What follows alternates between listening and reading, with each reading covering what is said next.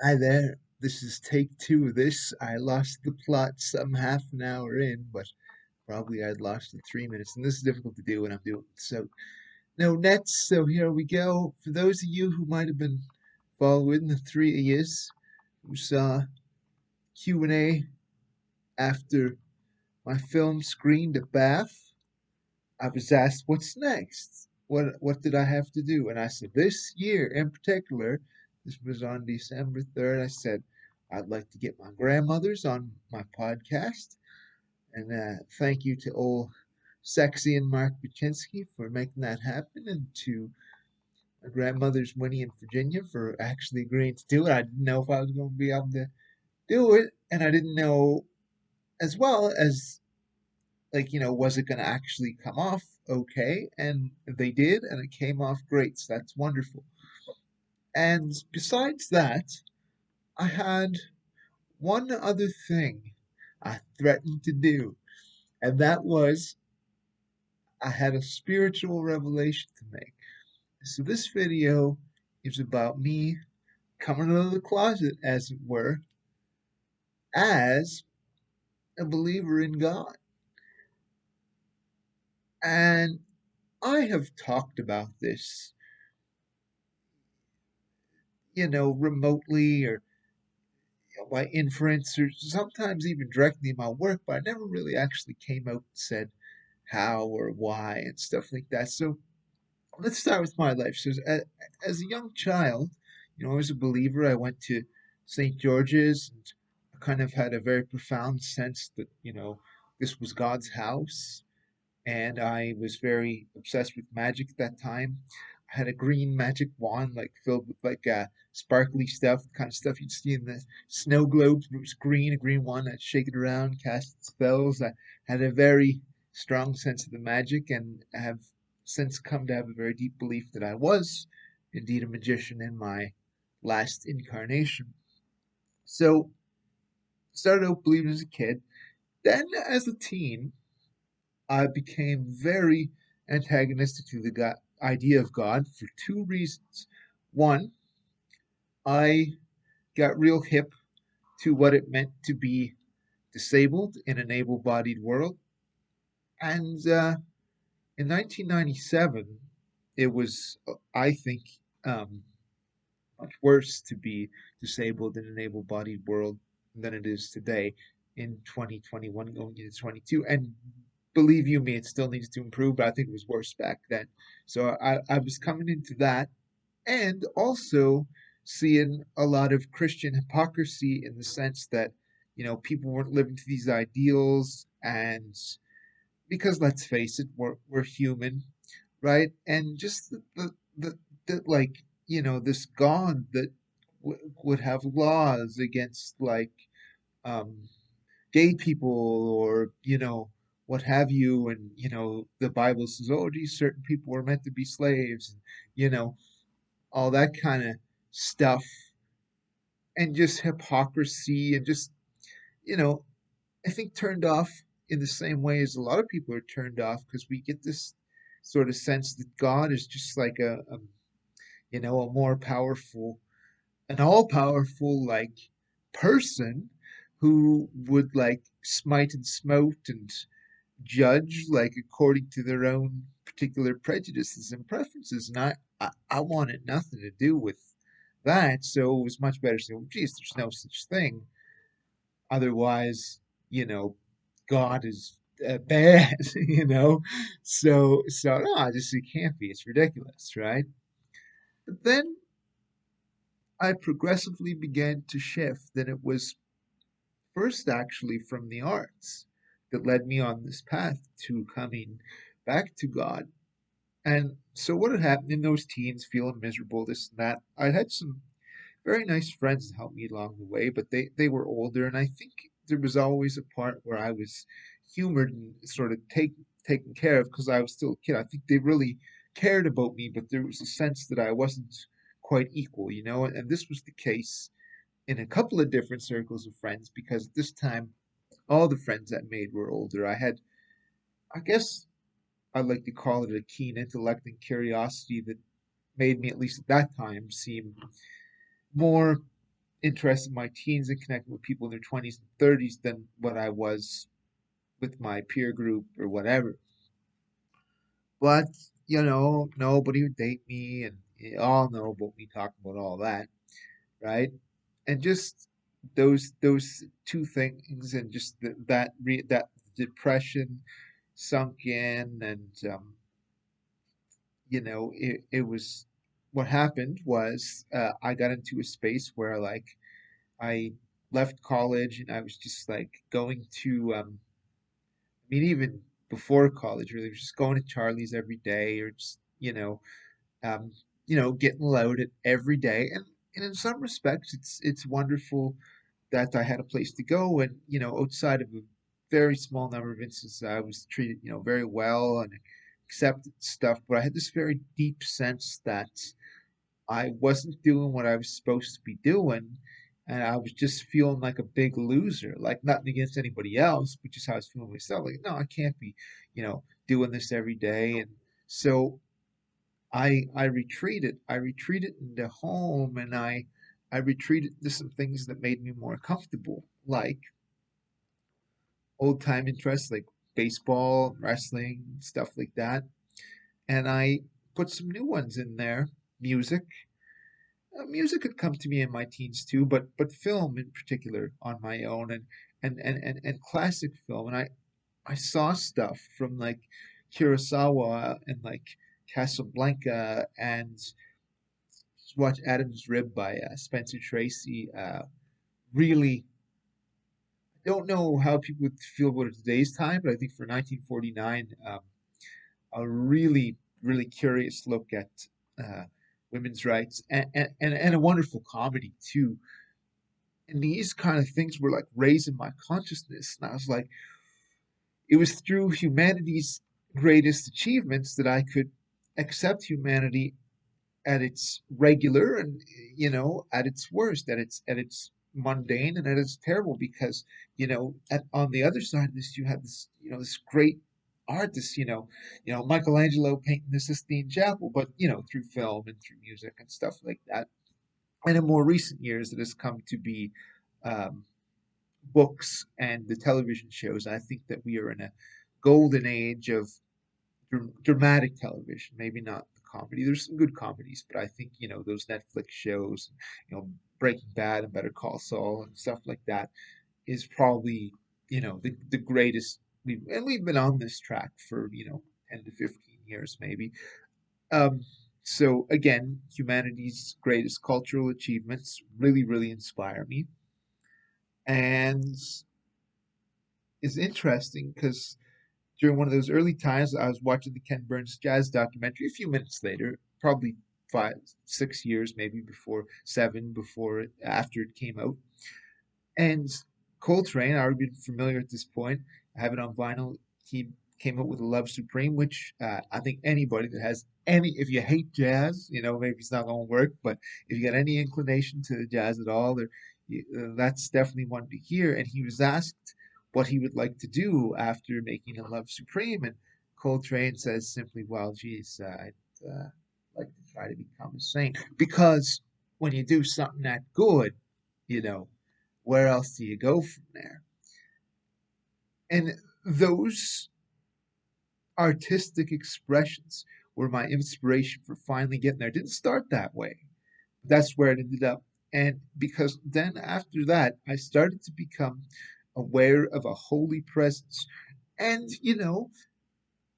I may have been crazy.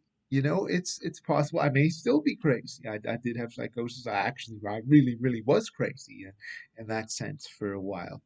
But you know, accepting that, I think I'm okay. But this holy presence made itself aware to me, and it was revelatory in nature to me. You know, and what became very clear to me is the way to the holy presence and God and stuff like that isn't so much about believing in God as it is about aligning with your own individual conscience. What does your conscience tell you to do? And this, very deeply for me, is something that comes from God, the omni goodness that is God, the every all the good things that is God. And you could say to me, you could say, geez, Josh, like what if someone's conscience tells them to bomb an abortion clinic? Because, their religious beliefs and the right to life and all this, and, abortion's bad, we got to save these fetuses. Well, that's you can believe in the right to life, whatever. You want to bomb an abortion clinic, that's a faulty conscience. It's either damaged or you're just not seeing things clearly because you're blinded by your own hatred and intolerance. A properly attuned conscience would not tell one to bomb an abortion clinic. Conversely, you might say, "Oh, well, what about serial killer?" Well, again, either I think there's some damage there. They have a brain malfunction or a trauma that made them go this way, or they're just evil. Because I think there is evil in this world, and I'm not going to get into this too deeply this go around. I'm just trying to come out and focus on the good and stuff like that. And I think a conscience, like a properly attuned conscience, is such that it allows for the plurality of cultural differences. Like we might have different food customs and stuff like that, right? Um, but, you know, might rail against some more outdated things that need to be obliterated, like female circumcision, you know? Um, just an example, right? That I think that that and it's not puritanical, right? Like it's not. I don't think you're supposed to live like an Amish. Now, if you do live like an Amish, like I don't think that's getting your conscience wrong either. But that's more of a particular choice than I think the universal conscience that I'm talking about. That if not all, I think the vast, vast majority of us have access to if we tap into it properly. Now, let's talk about the ways in which I fail to live by the universal conscience. I think there is a sense that, we should help everybody and be kind to everybody and stuff like this. And I am certainly interested in helping people that I'm close to, that I feel a connection with. And I'm certainly interested in giving everybody a basic kindness, a hello, and, but I'm very reticent to get involved. This is for a couple of reasons. Again, it's humanity's greatest achievements that brought me on the path that I'm on to becoming an artist. So, like, seeing this great art is, you know, not like in some ways it's not conducive to sitting there, having a very long conversation with somebody who's drinking Listerine. And look, that's not to say, that cat drinking that Listerine, he or she or whoever needs, more love and care and compassion than most of the rest of us do because they've gone down that path. But at least at this time in my spiritual development, I can give it a few minutes. I can do 5 to 10, but then after that, I'd like to go back to my book. You know, and I spend a lot of time alone, so I'm very easily annoyed um, by a lot of stimulus and stuff like that. So I recognize that I probably fail tremendously in, you know, being a support to others or like, to the general public, just any random person. Um, but I am able to do it for the small circle I am close to without hesitation. Anything I can do, I'm there. I wanted to relate an example. Somebody who's also disabled asked me to like get in touch with this other dude who was like a little bit older than me by a couple of years, still living with their parents, like no, like just miserable, kind of like how I was the teen years. And the thing is like my life is too full. Like I was happy to look, tell this dude, here's my path. get interested in things, arts and culture and stuff like that isn't what it was for me, and try to make your own mark in that spectrum, which is what it ended up being for me. But in terms of for like some cat that I don't know, to like sit there with them and commiserate on how awful it is, just to make myself open to that, like I do not at this time have it. And maybe someday I will, but kind of the way I am, I don't think so. I'll give a few minutes, but not to be uh, an involved relationship. And because for me, I have to be inspired. So that is my message to people. To to if you need to overcome your miseries, become inspired. You see, and get interested, and then I think you have a shot at feeling better. And if I hadn't been having such the troubles that I had, so suicidal, so full of self-loathing, I would have never taken that path. And it's a very, very hard one. And it's not one I recommend for everybody. And starting to get a bit of reputation and a bit of remuneration, but I don't make a sensible living, and I don't know that I have the scope and reach that I want to get my ideas across. Maybe nobody cares, right? But I believe in it, so I'm still doing it. So anyway, so back to this God thing.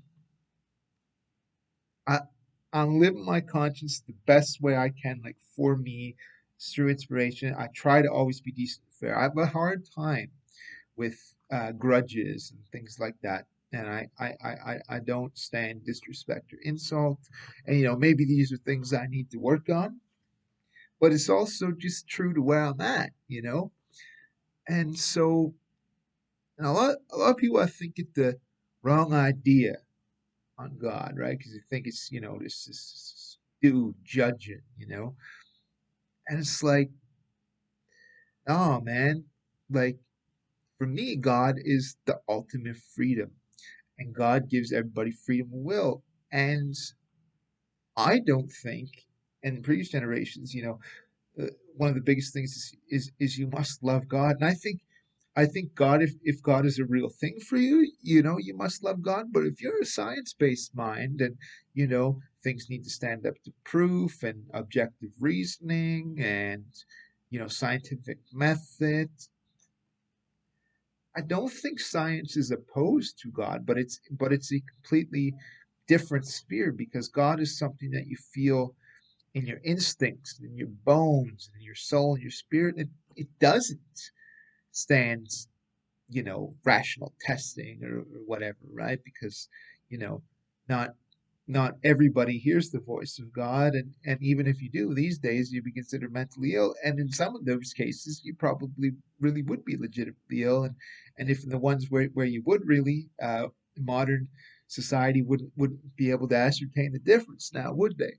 So I don't think there's any problem in not believing, or that's not for you, or and that's totally fine.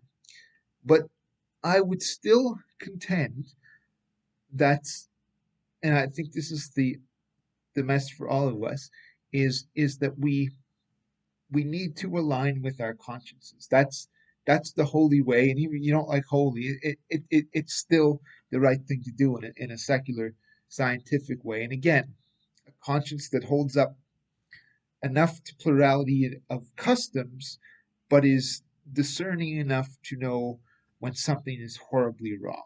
Like, you know, um, for like Nazis, you'd you'd help to hide the Jewish folks, and not go go with your legal custom at the time of Nazi Germany to like give them up, right?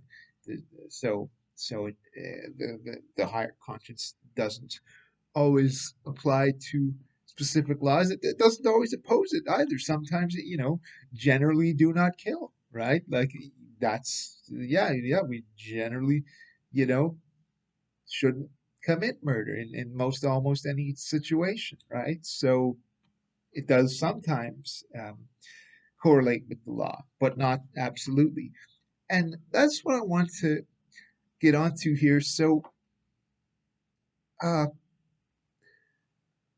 and this is where I think like a lot of people get the wrong idea, and they say, "Oh, geez, God, well, I can't, I can't believe in that because God, if He's all everything, all good, Creator, and all this, or let's call God it. I think that's it's this and everything, right? Then how could that loving God create such a terrible world where people do bad things?" And again, I think this is free will, right? And I think that's ultimate to God is freedom. It's a freedom of choice God gives you. It's your God given freedom to, unfortunately for a lot of us, for these people to choose to do the bad thing. Because if you really think about it, right? If we was all aligned with our conscience, especially the cats in power, right? Or like more closely aligned to our conscience, do you think that the vast majority of the bad things to be happening would still be happening? Don't you think we'd put a bigger dent in poverty and climate change and war? These things just wouldn't be happening, right? But because there's free will, people that get the power are unfortunately for most of us free to abuse it. But still, that's human choice. God didn't tell them to go do that shit. Now, and a lot of these cats, oh, well, I launch a war in God's name. I don't think so. Like not for me. I don't think you can do that because I think you can forgive in God's name. Now there may be earthly. If someone's coming in on my family and I know they're coming with a gun about to shoot them, and I get the means to do it, you better believe I'm gonna take them out first, right? But that's not godliness. It's, that's like human necessity.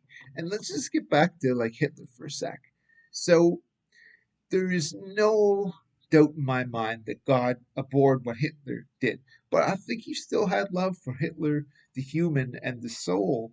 And I don't, but I ain't God, right? I'm just a dude, right? So if it's up to me, I'm fucking, you know, throwing a throwing a grenade in one of his dinner parties. You know what I mean? If again, if I had the opportunity, all the such things, right?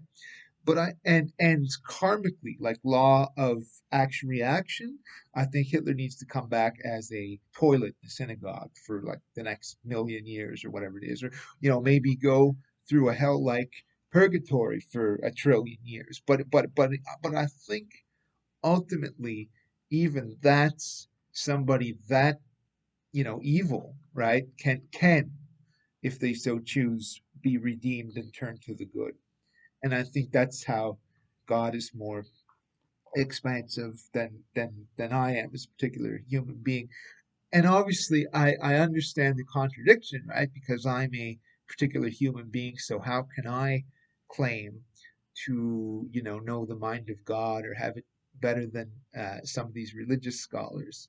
And the thing is, as a particular human being, I'm never going to be able to know the mind of God. Maybe I hope someday in the spirit realm I can become a little closer and learn the mysteries of life a little more deeply, more intimately, right? Be worthy of them, even, because that's not a guarantee either. You know what I mean? I ain't sure where I'm going, you know, um, but that's what I want to impart onto people. Follow your conscience as much as you can, you know, and whether God factors into it or not, that's absolutely fine. And if God does factor into it, awesome. And like, let's have some discussions. I'm not like I don't want to have a debate with like those because like you don't believe that's cool. I'm not trying to convince you, so don't try to convince me that it's not right. But for those people, like if you still want to, we can discuss particular things to do on planet Earth and what's the best um, means to achieve them. But for those who are interested in the God trip, feel free to comment and maybe maybe I'll do a live stream soon if there's enough interest. But I think that's it for now.